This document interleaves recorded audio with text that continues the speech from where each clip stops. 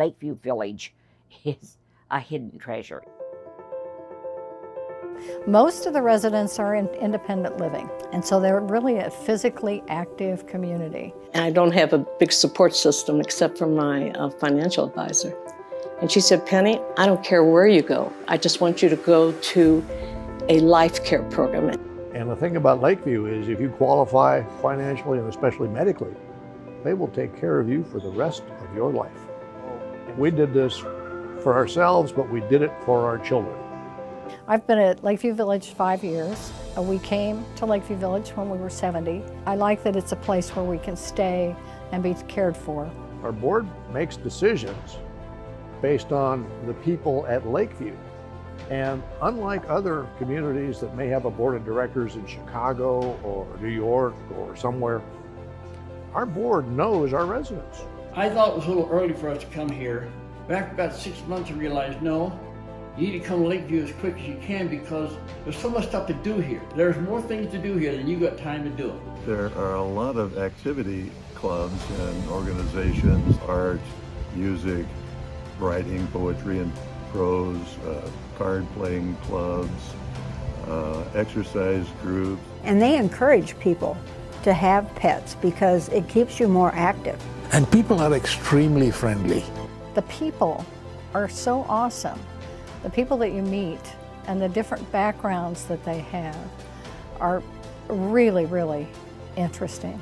Several years ago, a few of us who were interested gathered together to talk about creating Lakeview Village University, taught by our residents. And we have had for the last 3 or 4 years absolutely wonderful semesters that are as varied as very sophisticated medical ethics to financial aid things by people who know what they're talking about, to a woman who has featured just come bring your favorite music and we will each talk about what's our favorite music and many, many more, you know. But this is kind of special when it's really taught by people who've lived their lives in that field doing some things. And then right now I'm actually co-teaching something on race, and the people in it are wonderful, and it's good to talk openly about our feelings, so yeah. So there's something for everybody.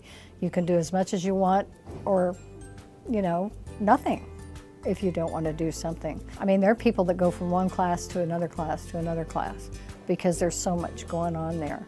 There were all kinds of housing options, from single-family homes to high-rise apartments, and when I toured this building, the North Point building, I was shown an apartment on the 5th floor facing the lake that's behind me, and that did it. That was the end of the decision in that respect. The tower had my living, and it had my studio, it had the restaurant, you know, it had the workout space. I don't want to take care of a house anymore. I don't want to mow the yard. I don't want to have it painted. I don't want to replace a water heater. I don't want to do any of that stuff. Lakeview launders are linen. No bedsheet, bedspread, towels to wash. The guys are out plowing the road first thing in the morning. But it's like a small town, really. We have a doctor, we have a bookstore, we have a bank, we have restaurants. I like the whole campus. I like the walking areas that we have and the security that's here on Lakeview. And then it is like a village. It truly is like a village. I always, when I walk around, it's like it has that small town feel to it. You know, like my hometown where I was born. And I love that feeling. And I would encourage anybody that's even contemplating it, come to Lakeview. We are not your mother's retirement home.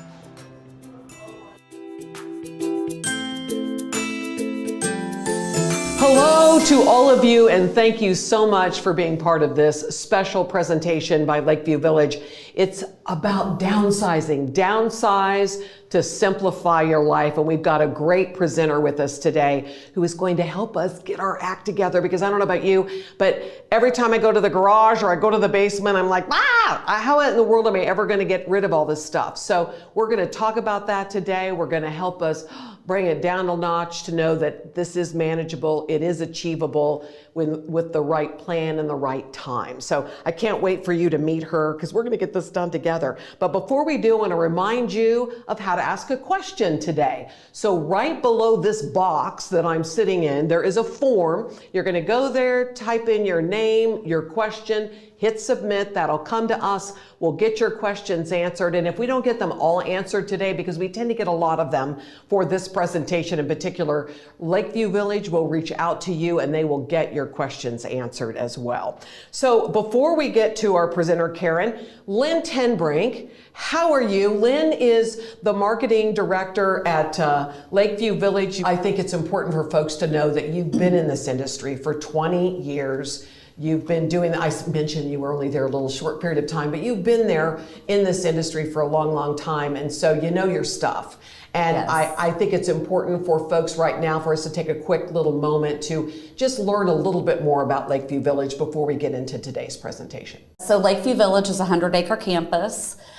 We have villas, patio homes, duplexes, apartments. We are a nonprofit organization, which is really important to a lot of people. So the money that goes to Lakeview Village always goes back to the residents and their lifestyle.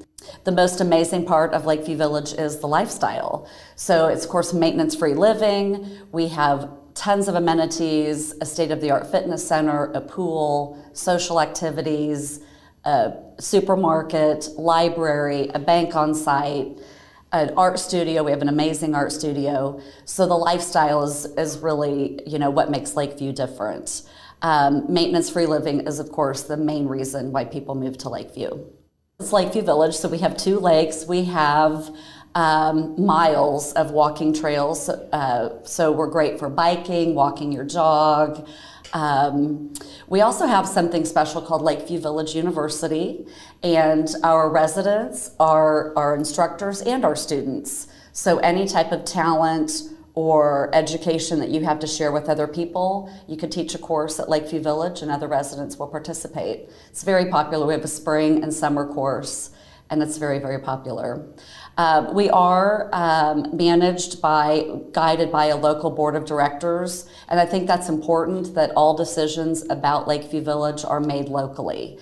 All of our board of directors live in Kansas City, and I feel that they know our community and they know our residents. We're very financially sound. That's important when you're looking at a CCRC. You need an organization that's going to be there in 20 and 30 years. You're paying for some future care, so you want to make sure that they're there. So an organization that's very financially sound is important. So as you're looking, ask about the finances of organizations that you're looking into.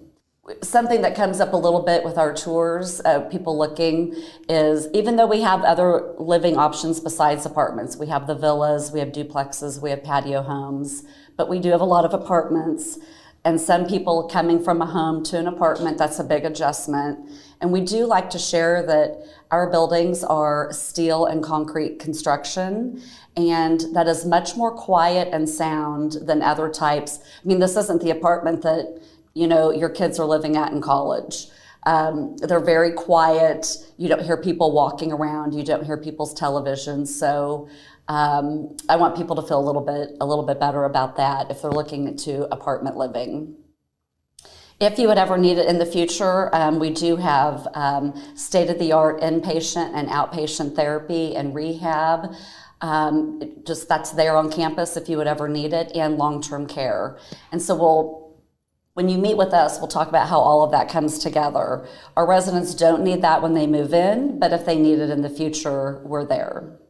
We are also the only true life care in Johnson County. There are other organizations that have a version of life care, but we're the only true life care where your monthly fee follows you through other levels of care. And that takes a longer conversation, but something to think about and talk about as you're looking at communities.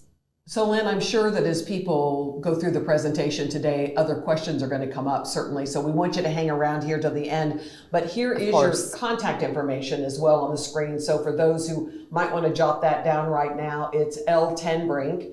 We need to find out about your last name one of these days. But anyway, and then there is the phone number as well for folks to have, because there is so much going on. And that life care piece, I think, can be a little bit tricky for people. Yes. We hear it from other communities. It is different. It is above, if you will, at Lakeview Village, and that is an important conversation and a longer one, as you said. So agreed. I'm glad that you brought that up, certainly, so folks can continue to learn more about that. And we've got some other sessions coming up, some other virtual events coming up where we're going to talk in depth about that as well, but they can call you. And that's why we do these, is we're trying to inform and educate. We want educated consumers. So even if Lakeview isn't the right place for you, we just want you to make an educated decision about it.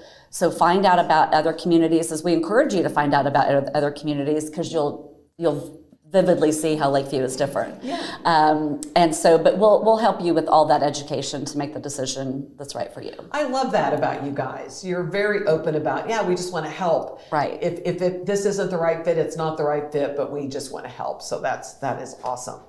All right, well, we are going to talk to Karen Swart now, and I have a special place in my heart for organizing, etc.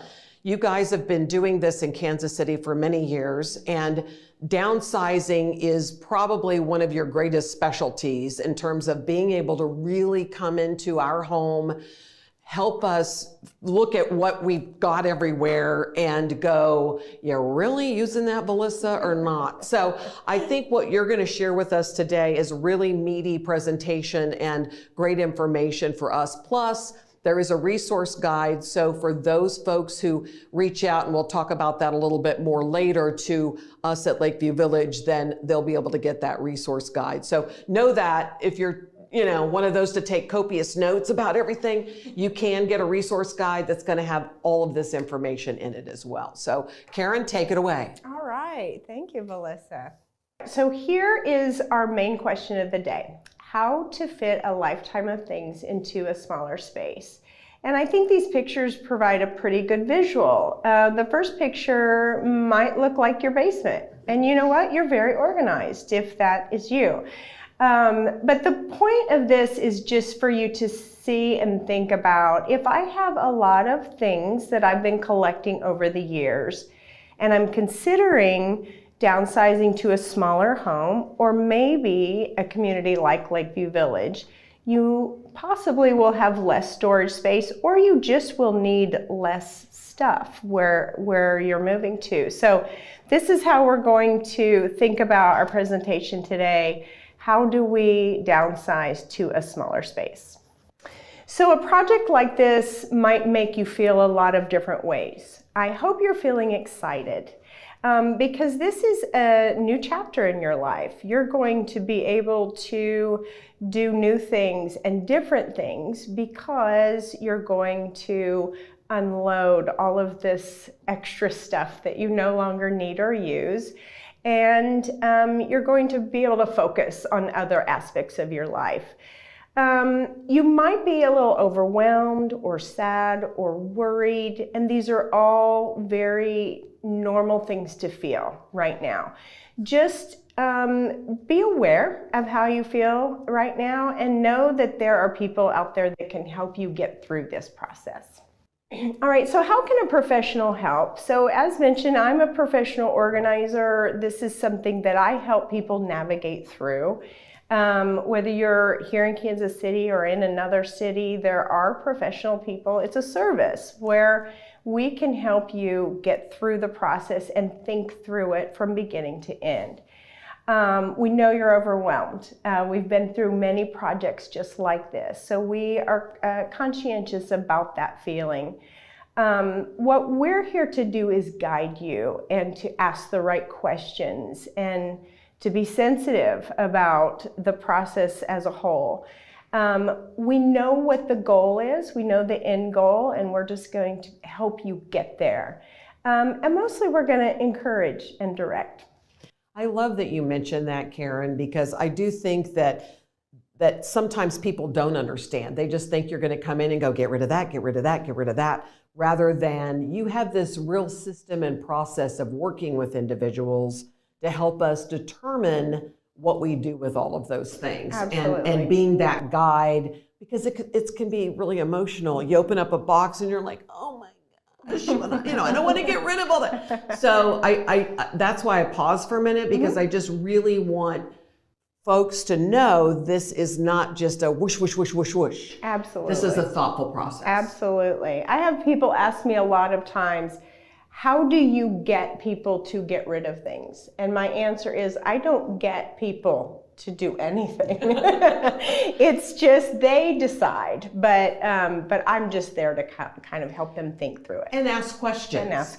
So it's really a great process. Absolutely. Okay, why is letting go hard? Well, that is a good question. There's a lot of reasons it might be difficult to let go of things, and here are a few, and these are the ones that I think I see most often. There are memories attached to things. You might pick up an item, and this happens with me and clients a lot. They'll pick it up and they'll tell me the whole story about what happened with that one item.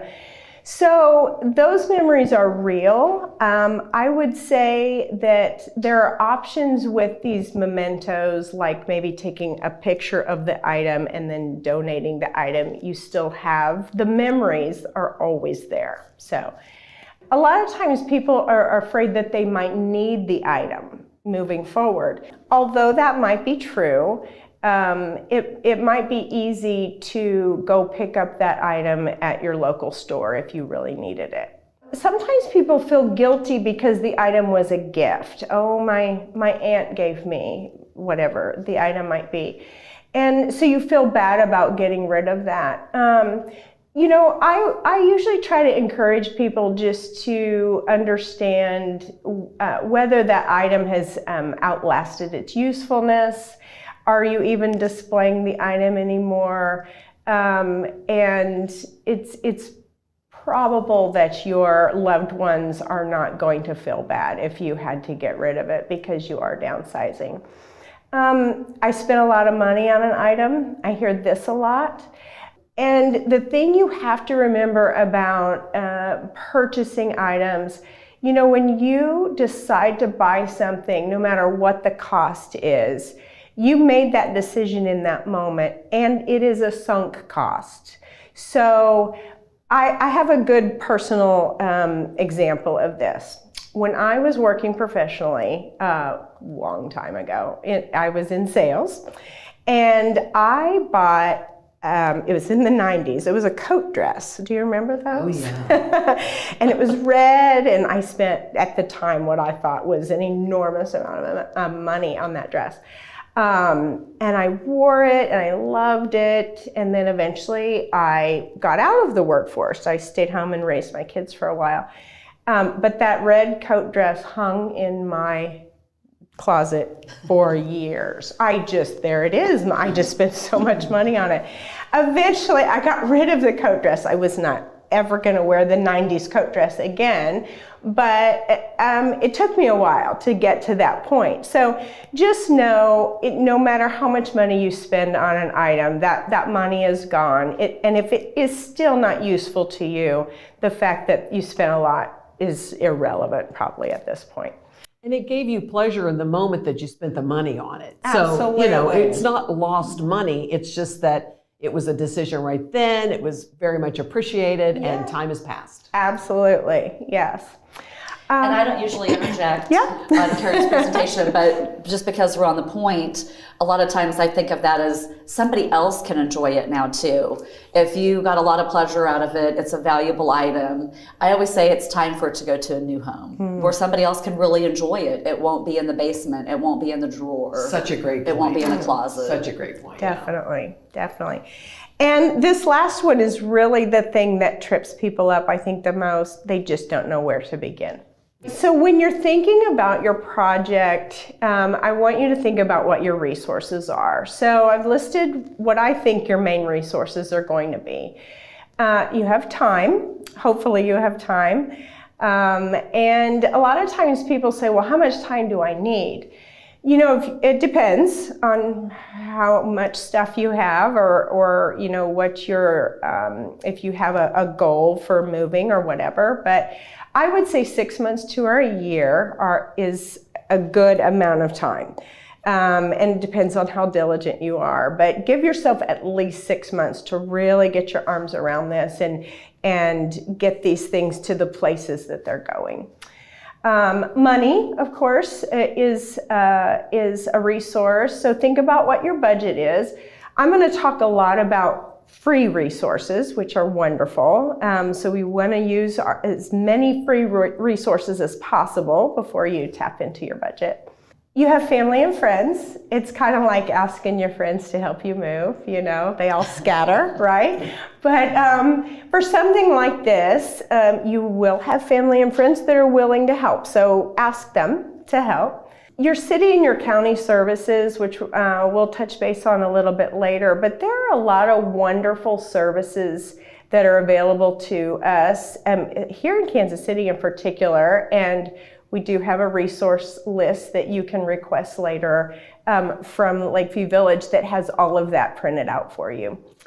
The retirement communities, if that's where you're going, have marketing departments such as Lynn, and I've worked closely with Lynn's department, and they are wonderful. They work closely with their residents and potential residents with a lot of these kind of questions like, well, who do I call for this, or who can help me with that? And so they're a good resource for you as well.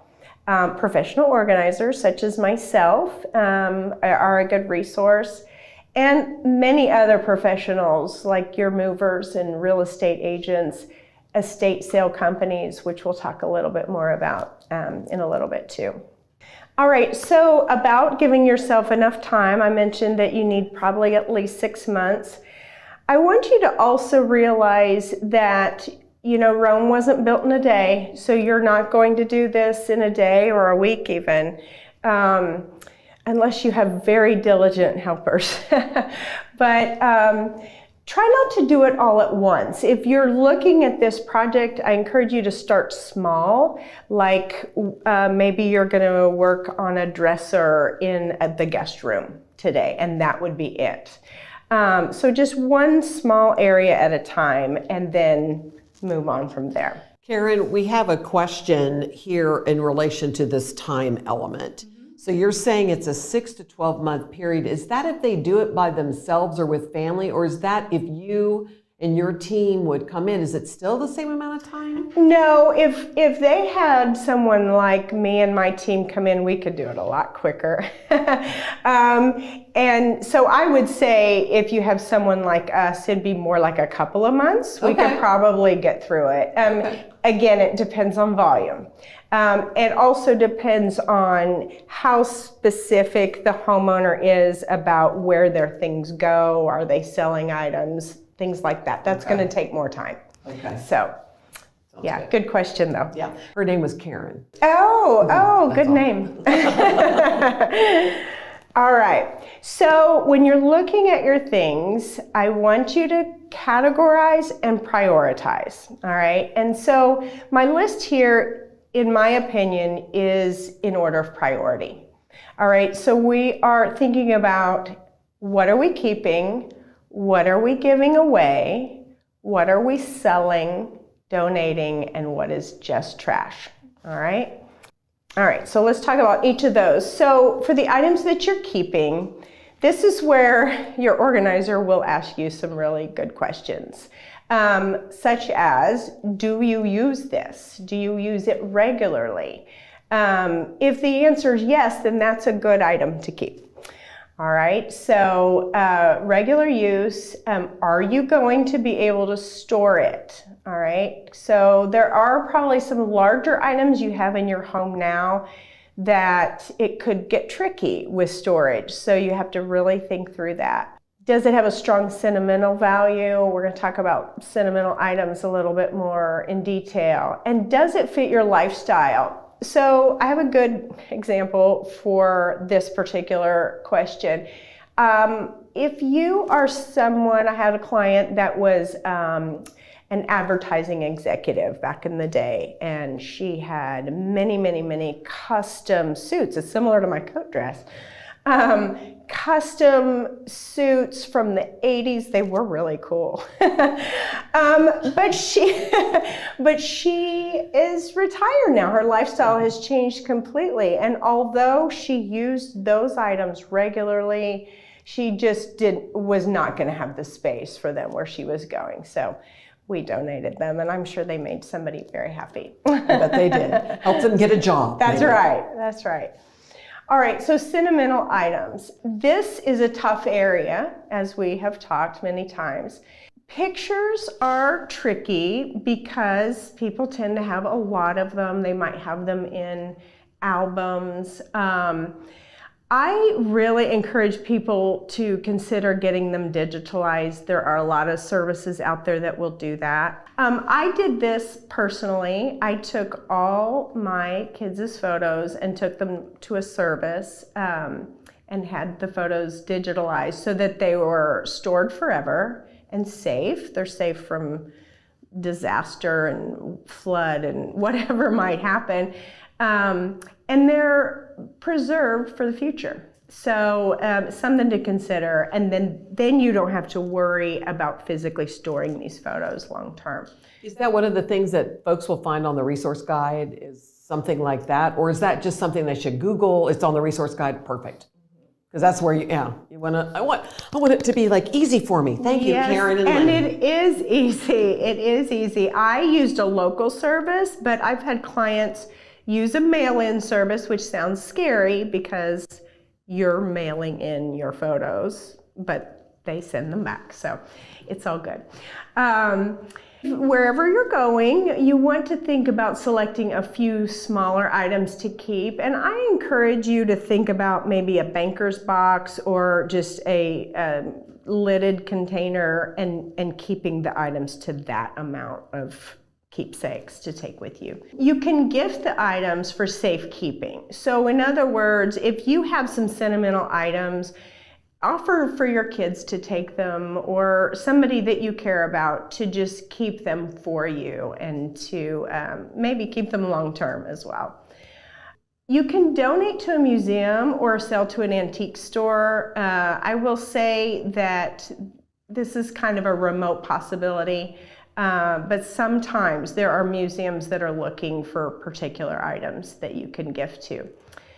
And then lastly, take pictures of the items instead. Just take pictures of them, and then you will always have that item preserved in that way, but in a smaller way.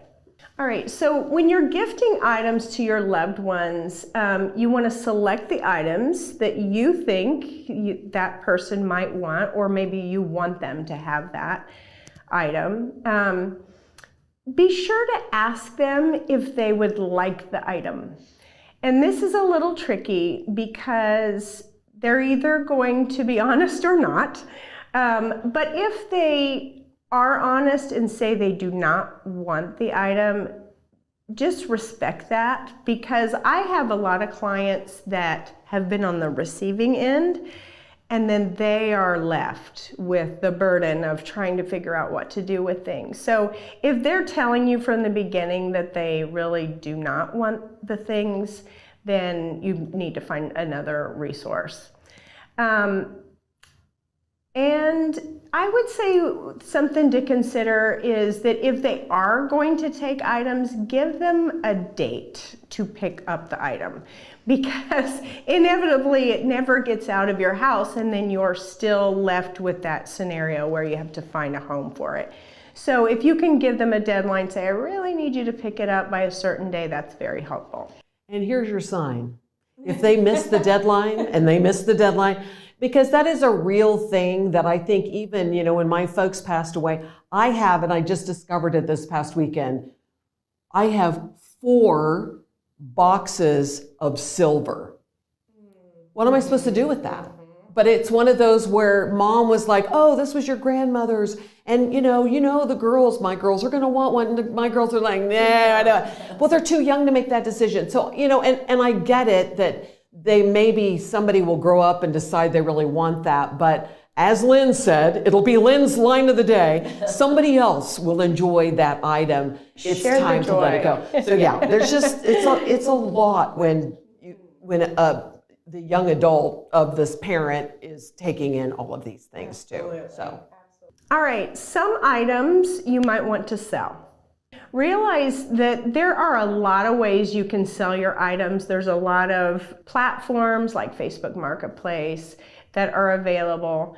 If you do not know how to sell items this way, try to have a family member help you if you're not good with digitalized applications. If you do have people come to the home to purchase things from you, safety is a really important thing to consider. Make sure that you are safe if somebody's coming to pick up an item with having a family member with you. And I always encourage for you to have the transfer done in the garage or in the driveway. So that's just a little side note on that. You can consider an estate sale or a garage sale. Just two things on this. If you are thinking about an estate sale, just know that a good estate sale company is going to charge anywhere from 35 to 50%. That is going to be their fee of the total sale. And to be honest, that is a fair amount to charge because a lot of work goes into estate sales. So ultimately, I encourage people to have an estate sale company come out and just quote them. A lot of times they will let them know they do not have enough stuff to make that work out for both of you. So I encourage you to go ahead and get a quote. Garage sales, you know, those are a lot of work too. And so you certainly can do a garage sale. I would say in the end, they're usually not worth the effort, but that's for you to determine too. Valuable items should be appraised, like jewelry and art. And there again, if you've got something really specific that you think is worth a lot, I would just seek out those professionals who can do that for you. And here's the line of the day. In general, your things will be more valuable to you than they are to anyone else. And that's different kinds of value. Sentimental value, you have the memories. So just remember that when you're physically selling it, it may not bring as much money as you would like for it to do for that reason. So. All right, here's some examples of some sellable items, and this is a current list. So this can change over time. For instance, I have a 26-year-old and she thinks vintage Pyrex is the coolest thing ever, and she's got a lot of it. So right now that's very hot, and if you have some, you could probably sell it. But the list, military items, jadeite dishes, antique toys and games, antique signage, albums, and I mean albums like, you know, records, the Beatles. Not all of them are worth something, but many, so that's something to look into, and comic books and action figures. All right, so here are some pictures of what could be sellable items. There's books, there's Hallmark ornaments. This last picture here, these are antique hood ornaments. And these are all true pictures of items that came from clients of mine. You know, books are not worth a lot typically unless they're antique. Those are very hot, but you can sell your books for a few pennies. And if you've got a lot of them, well, you might end up with a few dollars. Hallmark ornaments, I have had several clients that have had a lot of those. There are buyers for this, but the reality on something like that is they're only looking for certain ones. And so if you think that you're going to sell your entire allotment for a lot of money, chances are probably not. And hood ornaments, who knew? My client sold these for quite a bit of money. So the point is that you have to do your research and ask the right people whether they're worth anything. There are things that are difficult to sell, and some of this may or may not surprise you, but all your china, no matter how old it is, or stemware, collectible figurines, these things are not really sellable because the younger generations are not interested in them. They're also not interested in what I call brown furniture, like the picture there. No matter how well made, no matter how solid it is. And the reason is because the younger generations they're very mobile. They don't want to have to move it. They're more interested in experiences than things. And so they're just not ready or willing to invest in something like that. No, your Beanie Babies are not worth anything. That's a hard one. A lot of people have those thinking that they were going to be, but they're not. And upright pianos, and they're hard to get rid of too, the pianos. So, okay, how to let it go. Donate. And these are some of the questions that I would ask my clients. Have you used it currently? Have you used it in the last year? Will you have room for it? Is it sentimental? Or can someone keep it for you if it is? And as Lynn pointed out earlier, can someone else find use or joy from it? And that's really important. Let's pass it forward, honestly. All right, so here's a list of charity donation centers here in the Kansas City area. I've used all of these in one regard or another. We've put a little red asterisk beside the ones that actually do pickup still, which is really amazing when you're doing a big purge, if you will.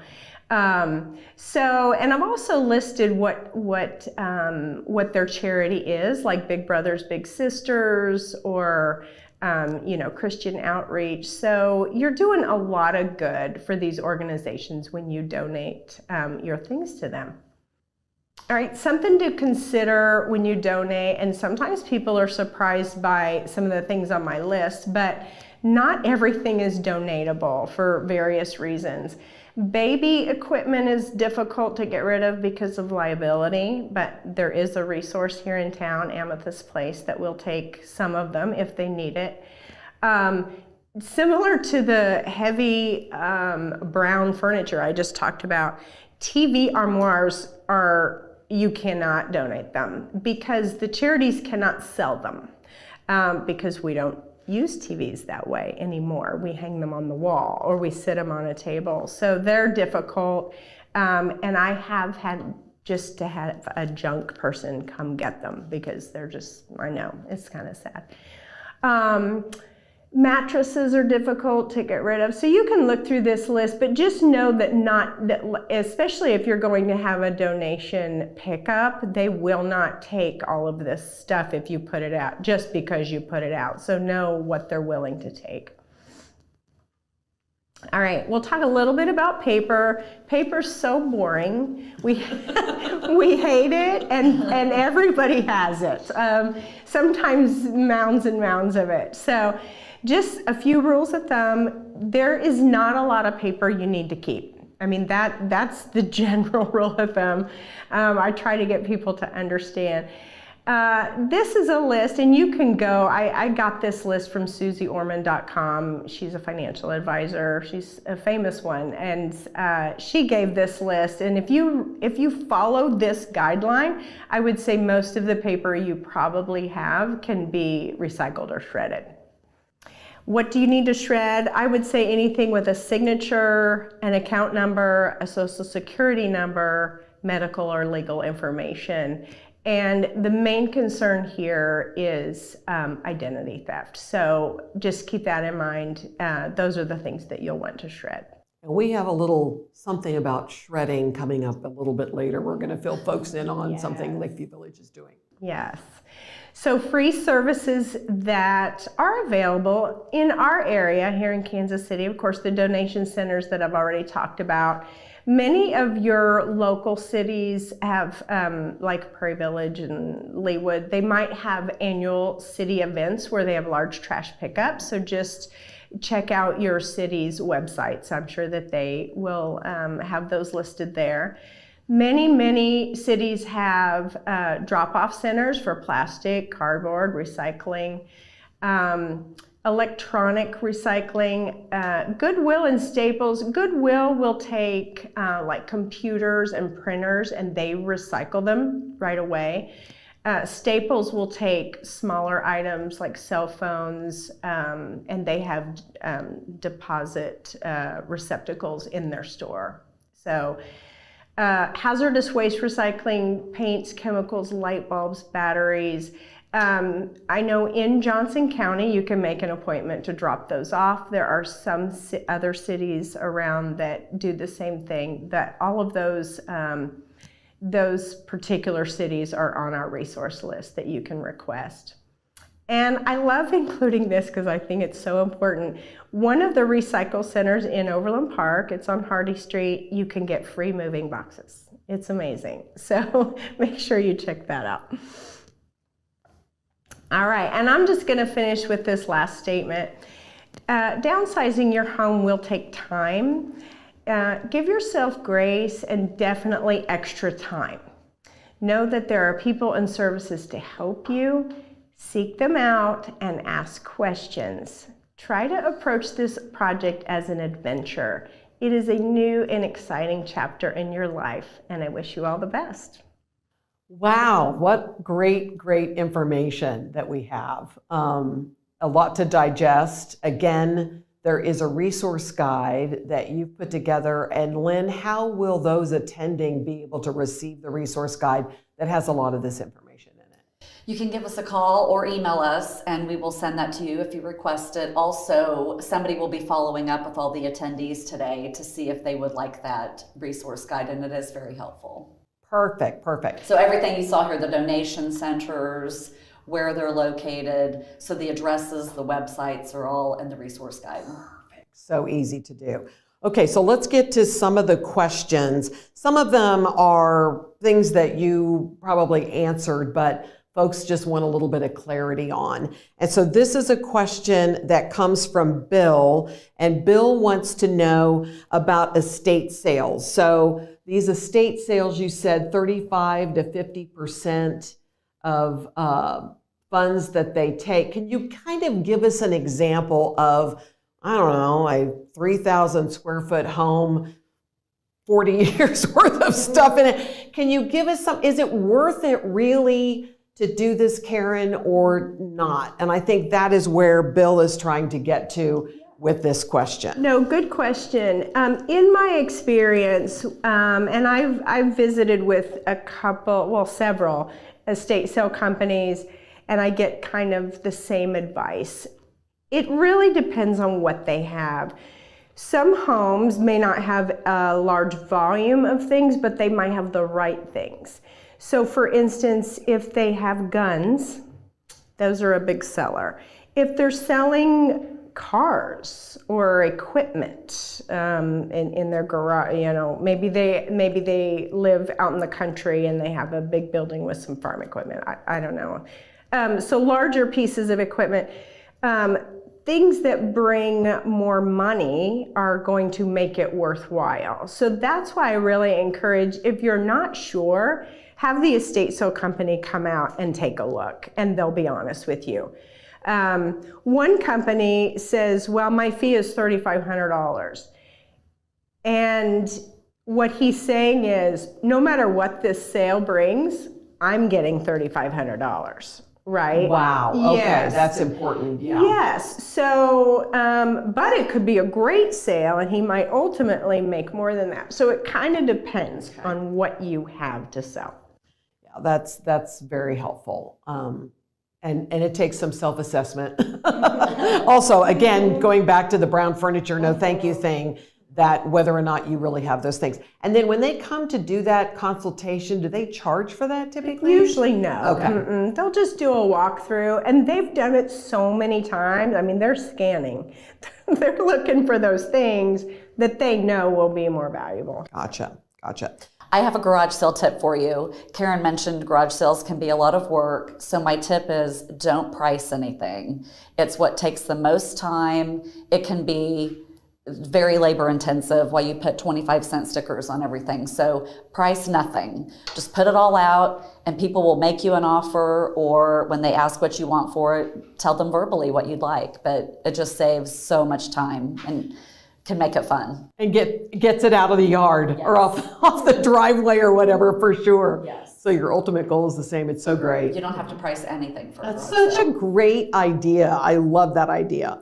Margaret has a question in regards to finding a buyer for collectibles and antiques.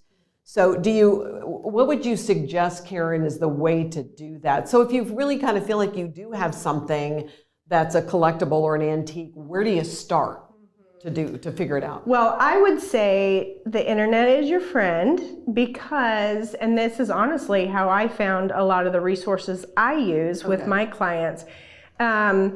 So right off the top of my head, if I have a client here in Kansas City that has furniture, maybe antique furniture or a lot of furniture, I know an auction guy that would tell me, oh yeah, I can sell that for you, or that's worth X, or he'll even come out and do an assessment and tell you kind of what it's worth. So you need to seek out the proper quote experts.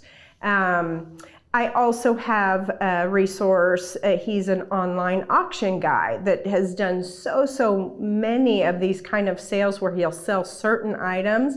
I call him all the time and just say, I have X. I have this certain kind of china or whatever. Is it worth anything? And he can almost tell me instantly. Wow. So seek out those kind of professionals that do this all the time. And as you saw on my one slide, that kind of changes over time.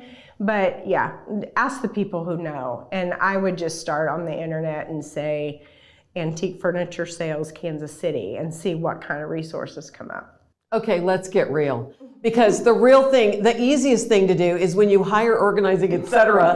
Yeah, I'm doing a commercial. I mean, it's true because you guys know all of those resources, and you've got a relationship with them, and you can just figure it out really quickly. Fast done. Totally. And I have a junk guy too, and he's a local guy, and so I text him. I say, I need you to come pick up some junk on Tuesday, and he says, I'll be there. Wow. Yeah, you're right. We do have resources. I have made it my job to have the resources. That's your next ad. I've got a junk guy. Right there. Right. Okay, part 2 to Margaret's question is around consignment. So she's wanting to know, is that a route that's even worth taking? Sometimes, yes. And these, in fact, that same resource I was telling you about with the furniture, sometimes they will sell on consignment as well. So sometimes, yes. All right, so we talked already, Linda's got her question, it continues to be around time because I think everybody still wants to get their head wrapped around, if I'm looking at Lakeview Village or another community, when do I start this process? And so maybe, Lynn, you can share a little bit too. What has typically been sort of the way things work when somebody says, okay, now I'm ready to move? So help us with that timeline a little bit. And this is from Linda. Well, I think one important thing is don't wait until you say you're ready to move. If you think you're going to move, you should be thinking about downsizing. So if you're in a 5-bedroom home, you know you're not moving to a 5-bedroom home. Is it time to find a place for some of those bedroom sets? Or if you've got 2 offices, but you really only need 1, just start whittling away at that. So I would just say, for the most part, you can't start too soon. And if you're going to do it alone, it really is going to take you 6 to 12 months. When you think about every closet, every drawer. So timing-wise on that too, a big tip, Karen said a lot of things. Give yourself time. Rome wasn't built in a day. And part of this is, don't just keep moving things around. We've talked about this too. They've got their donation pile as their entire basement. schedule a once a month pickup with some of these folks and just have it ready to go. Because when you start seeing the progress, it's like you can just start breathing too. It doesn't feel so overwhelming. When you see your basement, it doesn't have as much stuff, and your spare bedrooms don't have as much stuff. So, go at once every other week to the donation center. Don't feel like everything's all at one time. Give your kids I have a box of stuff for you to look through. This is yours. Keep it or throw it away. But you know that it's out of your house. We said too, and when we were talking about getting this event together, I talked about everybody's got those huge trash cans that they're wheeling a recycle and a trash can. And if those are not overflowing every week, you are not downsizing. So those need to be filled to the brim every week. When it's not full, get in the house and you've got shoe boxes or something that can go in there. Well, you're right. I mean, and if you do it a little bit at a time, eat the elephant just one bite at a time, then it doesn't feel so difficult when it comes right down to it. But when you start to see the progress, it kind of just it does. It feels really good, and it motivates you to do more. Okay, so Carolyn's question is around, which we really kind of already covered, was which organizations will pick up donations from your home. That will be in the guide, right, that folks will get from Lynn. So Carolyn, sorry, I'm gonna skip that one. And then Ken asked, what can be donated versus thrown away, which we also talked about quite a bit in this. But I do think that there is something to be said, though, about what we donate isn't necessarily something that the folks receiving those items, they might end up throwing it away anyway. So saving them a step, because I think lovely suits or that great red dress, you can see that somebody might want that, but my husband's radio old t-shirts, no, I don't think so. So I think there is some simplicity of things isn't that, would you say, am I saying that correctly, Karen? Yeah, definitely. You're talking about in terms of like offering it to... Yeah, so donating versus throwing it away is what Kenneth is asking. You know, it's interesting because, and I have one particular thrift store not far from my house. I mean, I go to the back of the building and I back up my car. And we are on a first name basis back there. But I have seen, and there's a point to this, like with the ratty t-shirts, you think, should I donate them? But they get a lot of that kind of stuff, and they actually take them and they pack them up really tight in these cubes and they ship them up. I don't know where they're going, but I think they're going to be shredded and turned into stuffing so it's interesting, even stuff that the thrift stores don't want to sell or can't sell, they find a way to recycle it too. So if you're not sure, go ahead and donate. And that feels better because it feels more environmentally appropriate too than just throwing it in a dumpster. Yes. I mean, or in what am I trying to say? A dump. Yeah, the dump. The dump. The dump. The dump. Right, exactly. That's what I was trying to say. I think the thing to think about too is through the whole process, if you think about how much you've donated, how much you've given away, how much you've recycled. I mean, did you give somebody something of value that they're going to enjoy? So they got joy and they didn't have to pay for it.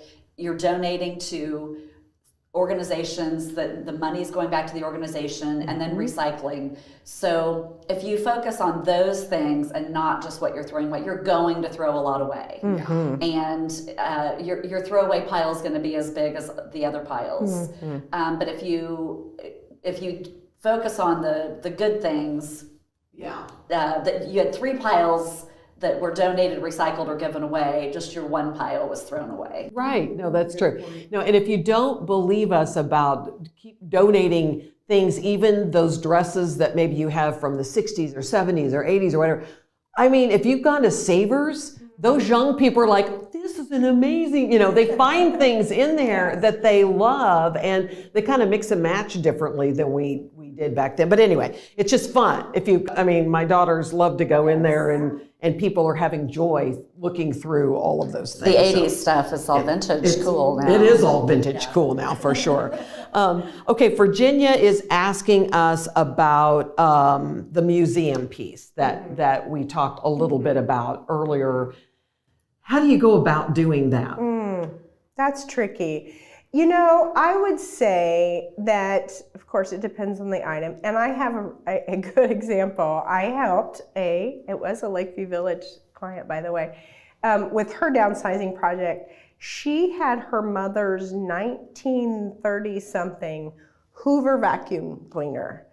And she was just really concerned about that going somewhere. Of course, it doesn't work anymore. But there's a Hoover museum, and they wanted it. Awesome. Yes, no, who knew? So you have to do some research. I think there's some things that might seem obvious, like militia kind of items maybe would make sense going to a museum. But yeah, I would say if you have a museum in mind or you're wondering, just ask them. And if they want it, they'll let you know. Awesome.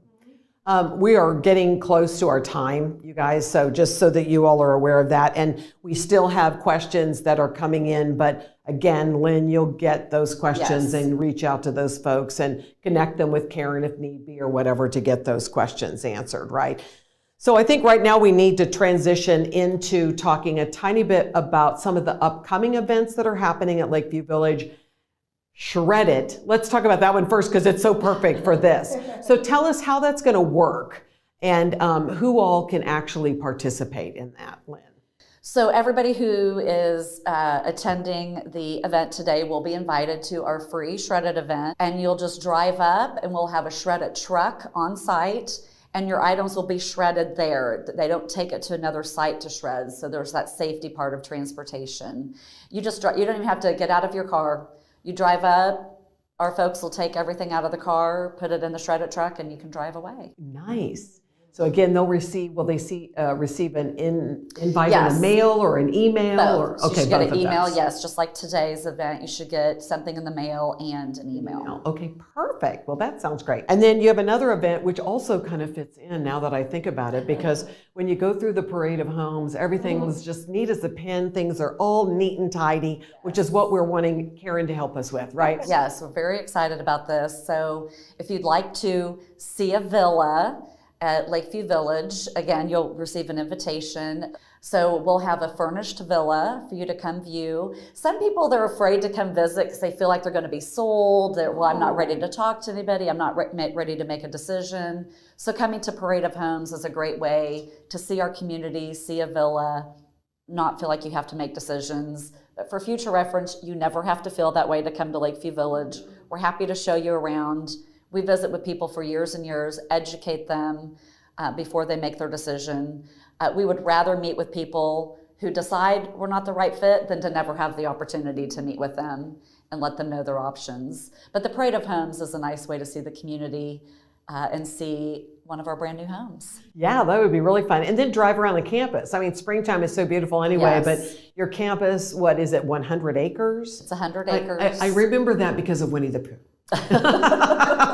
The 100-acre wood. But yeah, it's beautiful. And then they can kind of take it all in and see everything and how it all works. I mean, I just think it would be a lovely way to do it. And you're right. Nobody's going to be standing at the door trying to sell them. They'll let them just come through and take a look, which is really, really cool. Right. So if there should be any other questions that would come up from today's presentations or questions about Lakeview Village or Parade of Homes or Shred It or whatever, Lynn is your go-to person. So again, we've got Lynn's information here on the screen so that you can take a look at that and take down her email, phone number, give her a call or send her an email, and she will be more than happy to help you all figure all of that out. Is there anything else that you all wanted to share before we wrap things up today? No, I think we covered it all. I kind of feel like we did too. It was really, really good. It's always great to sit down with you, Karen, and remind us that yes, this is a good thing for us to do, to start moving those things out of our home, because it really does free us up to be able to live more life than it does, feeling like, oh my gosh, every drawer is full and every box is there, and it's a good feeling for sure. All right, well, that's it for today. Thank you all so much for being with us. Look for those mailers and those emails that Lynn was talking about, and just go get a box and clean it out today. You're going to feel so much better. I'll do it when I get home, I promise. Have a great day, everybody.